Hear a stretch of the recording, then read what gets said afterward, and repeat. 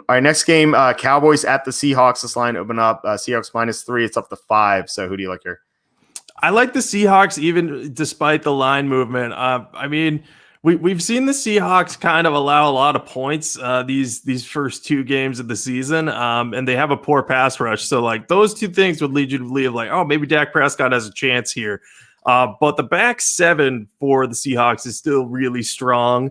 I don't think Mike McCarthy is quite as strong of a coach as head coach as Bill Belichick, so I don't think he's going to find out a way to beat that back 7 consistently. And if Tyron Smith is still hurt, they're going to be without their top 2 tackles. And I think Pete Carroll, even despite having a lackluster pass rush, is going to find ways to get extra pressure on Prescott because we know that he doesn't do well when he's down 2 tackles. They made some good in-game adjustments to avoid that at Atlanta, but I don't know if they'd be able to do the same against the Seahawks.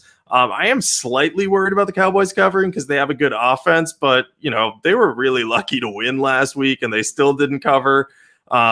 So I just think Russell Wilson is going to go wild against that Cowboys defense. I mean, they surrendered.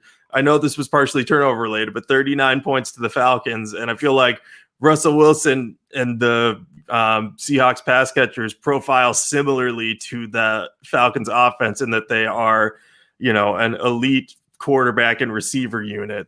Maybe not elite in the case of the Falcons. I like Matt Ryan more than most, though. So I like the Seahawks here for a couple units. Probably won't bet more than that, just on the off chance there's a backdoor cover or another ridiculous onside kick recovery. Yeah, I think there's a chance for a backdoor cover if Tyron Smith plays, and Dak Prescott's, like you said, he's much different with at least 1 tackle in the game. If they have both tackles out, the Seahawks don't have the best pass rush, but they have enough young guys who I think can get to the quarterback. Like LJ Collier had a good week 1, like maybe he gets to Dak Prescott quite a bit. So I think that Seattle matches up pretty well with Dallas. Dallas's defense is just in shambles right now. Like they lost Byron Jones in the offseason. They lost Gerald McCoy to an injury. They lost Leighton Van Der Esch to an injury. So this team is not nearly the same as it could have been. So I think Seattle shouldn't have any trouble scoring on the Cowboys. Like DK Metcalf was able to do well against Stephon Gilmore, and the Cowboys have no one even close to Gilmore. Most teams don't, but the Cowboys definitely not. They have a horrible secondary. So I think Metcalf and Lockett are going to have big games here, and Seattle should win this easily. But like I said, I'm afraid of the backdoor cover. So if Tyron Smith plays, I'm not going to bet this game. If Tyron Smith's out, I might bet Seattle for a unit or 2. Yeah, I think if Tyron Smith plays, I probably won't bet this game either. I think it's just too much of a risk of that backdoor cover. But yeah, I agree with your point, especially the Stephon Gilmore one. I mean, it took perfect throws from Russell Wilson too to beat Gilmore. There was one downfield where Gilmore was in perfect coverage. Metcalf still caught it.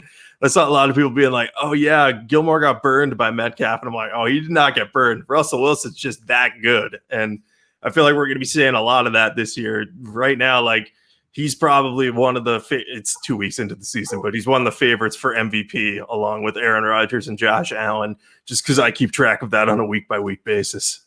Yeah, nice. I thought he should have won last year. Like my argument was with Lamar Jackson won, but my argument was if you take out Lamar Jackson and put in an average quarterback, I think the Ravens still would have had a chance to make the playoffs.